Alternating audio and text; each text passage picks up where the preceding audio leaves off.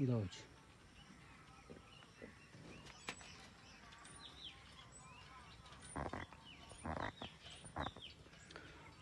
ਗੱਲ ਸਿਰਫ ਇੰਨੀ ਹੋਈ ਹੈ ਕਿ ਅੱਲਾ ਦੇ ਬੰਦੇ ਜਦੋਂ ਚਲੋ ਕੋਈ ਮਸਲਾ ਜੋ ਬਣ ਜਾਏ ਡਾਕਟਰਾਂ ਨਾਲ ਰਾਬਤਾ ਕਰ ਲਵੋ ਤੁਸੀਂ, ਡਾਕਟਰ ਤੁਹਾਨੂੰ ਕੋਈ ਬਿਹਤਰ ਰਹਿਨਮਾਈ ਤੁਹਾਡੀ ਕਰ ਛੱਡੇ ਜਾਂ ਉਹ ਦੱਸ ਛੱਡੇ। ਉੱਥੇ ਉੱਤੇ ਮਾੜਾ ਜ਼ਖਮ ਹੁੰਦਾ ਉਹਨੂੰ ਉੱਤੇ ਗਰੀਸਾਂ ਲਾ ਕੇ ਆਪਣੇ ਕੋਲੋਂ ਟੋਟ ਕੇ ਲਾ ਕੇ ਕੁਕਲੇ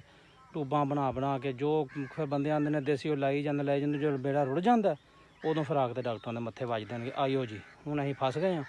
ਹੁਣ ਜੇ ਕੋਈ ਥਣ ਛਣ ਮਰਨਾ ਤਾਂ ਡਾਕਟਰ ਦੇ ਉੱਤੇ ਪਾ ਦੇਈਏ ਮੁੱਦਾ।